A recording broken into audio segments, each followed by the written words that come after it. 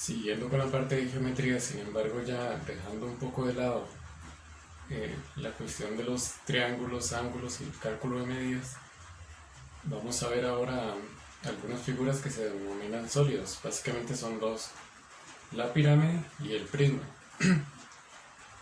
Una pirámide es una figura cuya base va a ser alguna figura recta. Puede ser un cuadrado, un rectángulo, un triángulo, etcétera. Puede tener cualquier forma, la base. La base es básicamente la cara de abajo de la figura. Y todas las esquinas de esa figura se van a unir en un solo punto que se llama cúspide, que es el punto más alto de la figura, de la pirámide. Resulta que acá la pirámide tiene partes. Los lados, bueno, la cúspide es el punto más alto. Los lados se llaman aristas. Ahora, esos no son realmente tan relevantes a la hora de hacer los cálculos que vamos a necesitar, ni lo que van a preguntar en el examen, sino lo que nos interesa son esas tres medidas de aquí. Primero, la medida que va desde el centro de la base hasta la cúspide directo, que es perpendicular, o sea, es de forma directa, se llama altura. Eso tiene sentido porque la altura en una figura siempre es del punto más alto al más bajo, de forma perpendicular, nunca de forma diagonal. Cuando uno mide la altura de lo que sea, siempre lo mide directo de arriba a abajo. Ahora, desde ese punto, desde el punto medio, o la mitad del centro de la base, hasta el lado, va a estar lo que aquí llamamos B, se va a llamar apotema de la base. La apotema es eso, es la medida del centro a un lado, igual, directo al lado. Sin embargo, aquí va a haber otra medida de otra apotema, que es la apotema de la pirámide. Estaba de la cúspide hacia un lado, pero estaba sobre alguna de las caras. Aquí estoy dibujando, por ejemplo, la apotema que va sobre esta cara, la cara que está a la derecha. Esa apotema resulta que también va directo de la cúspide al lado, pero pasa, o a todo su recorrido lo hace durante la cara, o sea, está en este plano, en el mismo plano de la cara. Resulta que esto también es perpendicular a la base. Eso nos va a servir para después. Esos lados que estoy dando yo ahí, en realidad no forman parte de la figura, sino que son líneas más imaginarias, si lo queremos ver de alguna forma, porque ellas no son parte de las líneas que forman la figura en sí, sino que son líneas que uno forma de forma o utilizando la perpendicularidad, pero no son líneas en sí que existan para definir la figura, eso es a lo que me refiero, sino que son líneas que uno se da para definir justo esas partes de ahí. Esos tres lados, la altura, la apotema de la base y la apotema de la pirámide, siempre van a formar un triángulo, rectángulo, porque la altura y la apotema de la base son perpendiculares, forman un ángulo recto.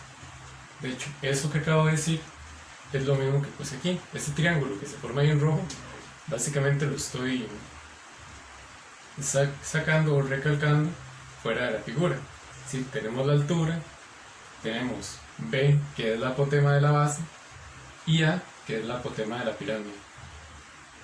Algo importante del apotema de la base es que cuando la base sea un cuadrilátero, especialmente un cuadrado, la apotema siempre va a ser la mitad del lado, porque como va a estar en el punto medio de la base, y va a ser lo mismo, va a estar a la misma distancia de la mitad del lado. Este dibujo está como en perspectiva, dicho de alguna forma. Por eso la base, digamos, si uno lo ve en el plano, es como un romboide, sin embargo, o un rombo. Sin embargo, sería como un cuadrado acostado.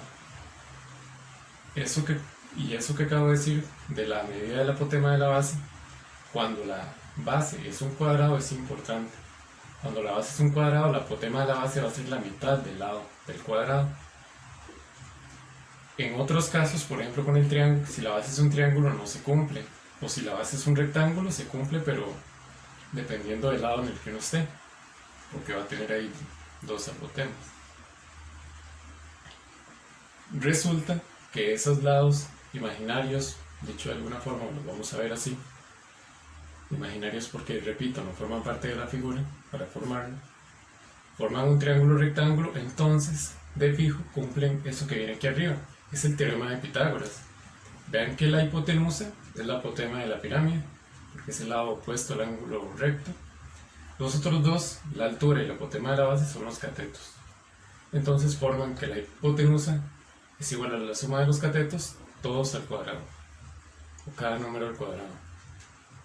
¿Para qué se usa esa, o de qué sirve que se cumpla eso? Porque en el examen nos pueden preguntar por la medida de alguna de esas tres cuando nos den solo dos de ellas. Y siempre que nos pregunten por la medida de alguna de ellas, generalmente, bueno, no siempre, pero generalmente hay que usar el teorema de Pitágoras. De hecho, aquí hay un ejemplo de cómo se aplicaría esto